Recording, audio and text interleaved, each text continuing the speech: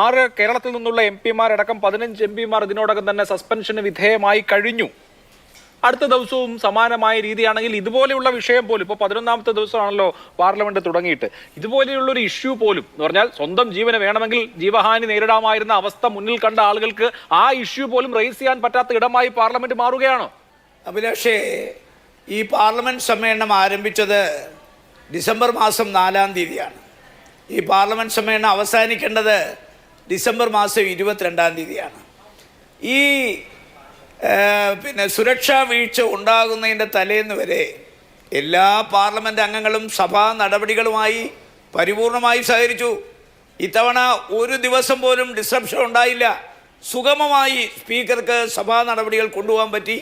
Question അവർ ഉണ്ടായിരുന്നു, 0 അവർ ഉണ്ടായിരുന്നു, 377 ഉണ്ടായിരുന്നു, അതുപോലെ തന്നെ അഡ്ജർൻമെന്റ് മോഷൻ ഉണ്ടായിരുന്നു.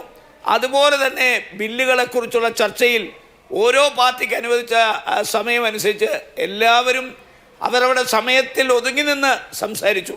അപ്പോഴല്ലേ ഈ സംഭവം ഉണ്ടാകുന്നത്. സംഭവം ഉണ്ടായതിന് ശേഷം ഞങ്ങളെന്താ ആവശ്യപ്പെടുന്നത്? പ്രധാനമന്ത്രി രാജിവെക്കണം പറഞ്ഞോ? ഇല്ല. ആഭ്യന്തരമന്ത്രി രാജിവെക്കണം പറഞ്ഞോ? ഇല്ല. അപ്പോൾ പ്രധാനമന്ത്രി രാജിവെക്കാനോ അല്ലെങ്കിൽ ആഭ്യന്തരമന്ത്രി രാജിവെക്കാനോ അല്ല ആവശ്യം. ഞങ്ങൾക്ക് ഇന്ത്യയുടെ പ്രധാനമന്ത്രിയോ ആഭ്യന്തരമന്ത്രിയോ സഭയിൽ വരണം. ഈ പ്രധാനമന്ത്രി, നിങ്ങൾ സഭാ രേഖകൾ പരിശോധിച്ചോ? സഭ ആരംഭിക്കുന്ന ദിവസം വരും, അവസാനിക്കുന്ന ദിവസം വരും. അപ്പോൾ 4-ാം തീയതി വന്നു, ഇനി 22-ാം തീയതി വരും. ഇതിനിടയ്ക്കുള്ള ദിവസങ്ങളിലൊന്നും അദ്ദേഹം സഭയിൽ വരാറില്ല, സഭാ നടപടികൾ പങ്കെടുക്കാറില്ല. ഇങ്ങനെയാണോ മുൻകാല പ്രധാനമന്ത്രിമാർ? ഒന്ന് പരിശോധിച്ച് നോക്ക്. വിഷ്വൽ നിങ്ങളുടെ കയ്യിലുണ്ടല്ലോ. എല്ലാ പ്രധാനമന്ത്രിയും ജവഹർലാൽ നെഹ്റു തൊട്ട് ഈ അദ്ദേഹം പ്രധാനമന്ത്രി ആകുന്നത് വരെയുള്ള മൻമോഹൻ സിംഗ് വരെയുള്ള എല്ലാ പ്രധാനമന്ത്രിമാരെയും പരിശോധിച്ച് നോക്ക്. അങ്ങനെയാണോ സഭാ നടപടികൾ? ഇവിടെ ഇപ്പോൾ രാഹുൽ ഈശ്വർ പറഞ്ഞത് ദണ്ട് കൊടുത്തു ജവഹർലാലിന്. ജവഹർലാൽ ആ ദണ്ട് വാങ്ങിച്ച് എവിടെയാണ് വെച്ചത്? നമുക്കറിയാമല്ലോ. 947-ലാണ് സ്വാതന്ത്ര്യം കിട്ടിയത്. 48-ലാണല്ലോ നാട്ടുരാജ്യങ്ങളെല്ലാം ഇല്ലാതായത്.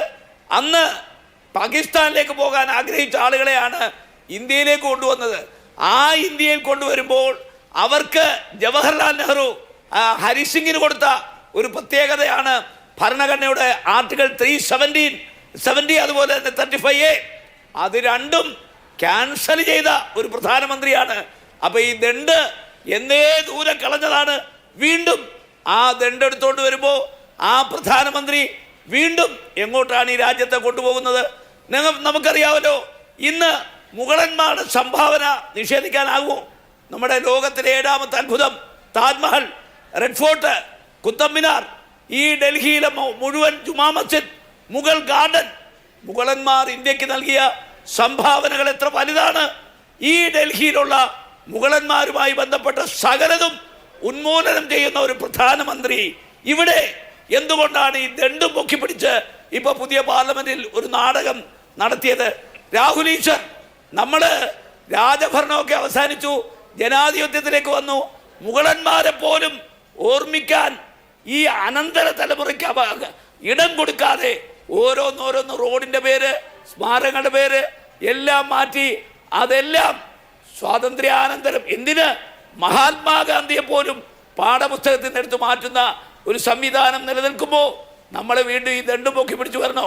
അതുകൊണ്ട് ഇസ്ലാമാഫോബിയോ അല്ലെങ്കിൽ ഇതിപ്പോൾ നിങ്ങളീ പറയുന്നത് അതിലൊന്നും ഞങ്ങളാരും യോജിക്കുന്നില്ല.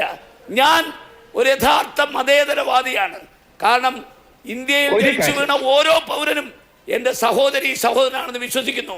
അതുകൊണ്ട് അത്തരം പ്രചരണത്തിലൊന്നും നമുക്ക് ആർക്കും യോജിക്കാനാവില്ല. ഈ രാജ്യം അനസ്യൂതം അഭംഗുരം ജനാധിപത്യത്തിലൂടെയും മതേതരത്വത്തിലൂടെയും പോകണം. എല്ലാ ജാതി മതസ്ഥരും ശ്രീനാരായണ ഗുരുദേവൻ പറഞ്ഞതുപോലെ ജാതിഭേദം മതദ്വേഷം ഏതുമില്ലാതെ സർവരും സോദരത്വേന വാഴുന്ന ഒരു മാതൃകാസ്ഥാനമായി ഇന്ത്യ മാറണം, നിലനിൽക്കണം. അങ്ങനെ ആഗ്രഹിക്കുന്ന ഒരാളാണ് ഞാൻ. അതുകൊണ്ട് ഇത്തരം പ്രചരണത്തിൽ ഞാനില്ല.